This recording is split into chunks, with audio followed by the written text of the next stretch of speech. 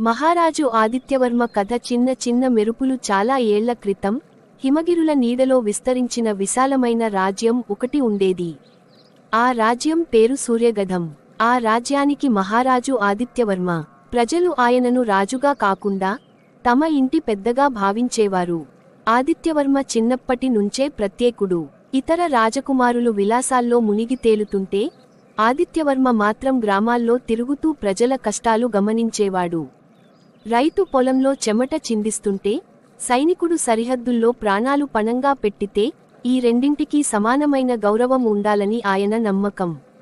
వరి పన రాజ్యపు సువర్ణ కాలమాదిత్యవర్మ రాజ్యభారాన్ని స్వీకరించిన తరువాత సూర్యగధం సువర్ణయుగంలోకి ప్రవేశించింది.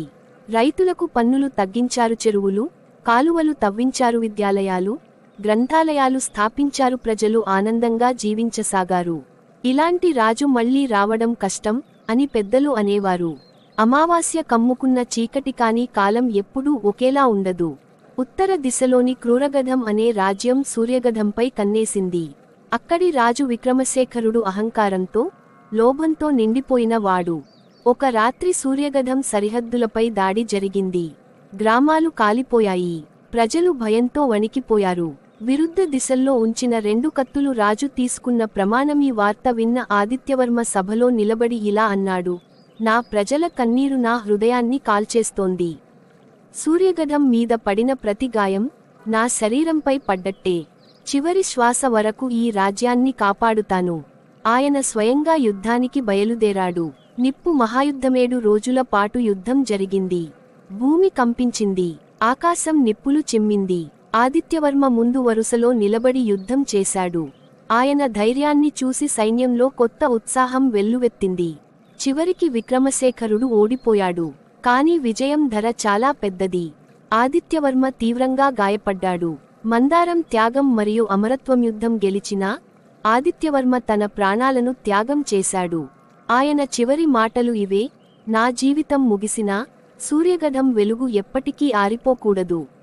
ఆ రోజు నుంచి సూర్యగధం ప్రజలు ఆయనను దేవరాజు ఆదిత్యవర్మ మహారాజు వీరమరణం పొందిన తరువాత సూర్యగధం రాజ్యం ఒక గాఢమైన నిశ్శబ్దంలో మునిగిపోయింది. యుద్ధం ముగిసినా ప్రజల హృదయాల్లో ఖాళీ మిగిలిపోయింది. ప్రతి వీధిలో, ప్రతి ఇంట్లో ఒకే మాట వినిపించింది: మన రాజు లేడు.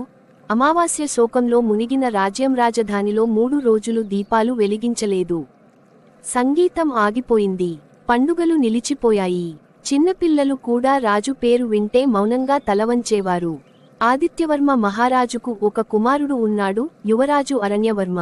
అప్పటికి అతనికి కేవలం 22 ఏళ్లు మాత్రమే. యుద్ధంలో తండ్రి పక్కనే ఉన్నా తండ్రిని కాపాడుకోలేకపోయాననే బాధ అతని హృదయాన్ని చీల్చేసింది. కిరీటం యువరాజు అంతరంగ పోరాటం. రాజసభలో మంత్రులు అరణ్యవర్మను రాజుగా ప్రకటించాలనుకున్నారు. కాని యువరాజు మాత్రం ఇలా అన్నాడు: తండ్రి చూపిన ధర్మం నా కన్నుల ముందు ఉంది. కాని ఆ ధర్మాన్ని మోసే శక్తి నాకు ఉందా? నేను రాజుగా మారే ముందు నన్ను నేను జయించుకోవాలి. ఆ రాత్రి అతను ఒంటరిగా మహారాజు సమాధి వద్ద కూర్చున్నాడు. కన్నీళ్లతో నేల తడిసిపోయింది.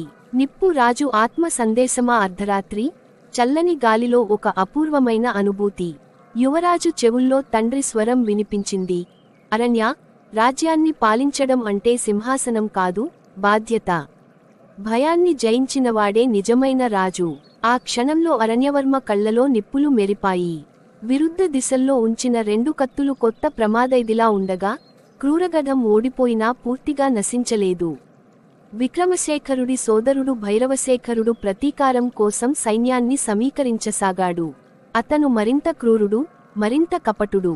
గూఢచారులు ఈ వార్తను సూర్యగధానికి తీసుకొచ్చారు. ప్రజల్లో మళ్లీ భయం మొదలైంది. నారుమొక్క యువరాజు మొదటి నిర్ణయమరణ్యవర్మ రాజసభలో నిలబడి స్పష్టంగా ప్రకటించాడు: నా తండ్రి త్యాగం వృథా కాకూడదు. సూర్యగధం మీద ఎవరు కన్నేయినా అది వారి చివరి కన్నేయడం అవుతుంది. అతను అధికారికంగా సింహాసనం అధిష్ఠించాడు.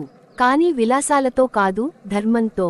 విల్లు మరియు బాణం శిక్షణ మరియు మార్పు. అరణ్యవర్మ తనను తాను మరింత కఠినంగా మార్చుకున్నాడు.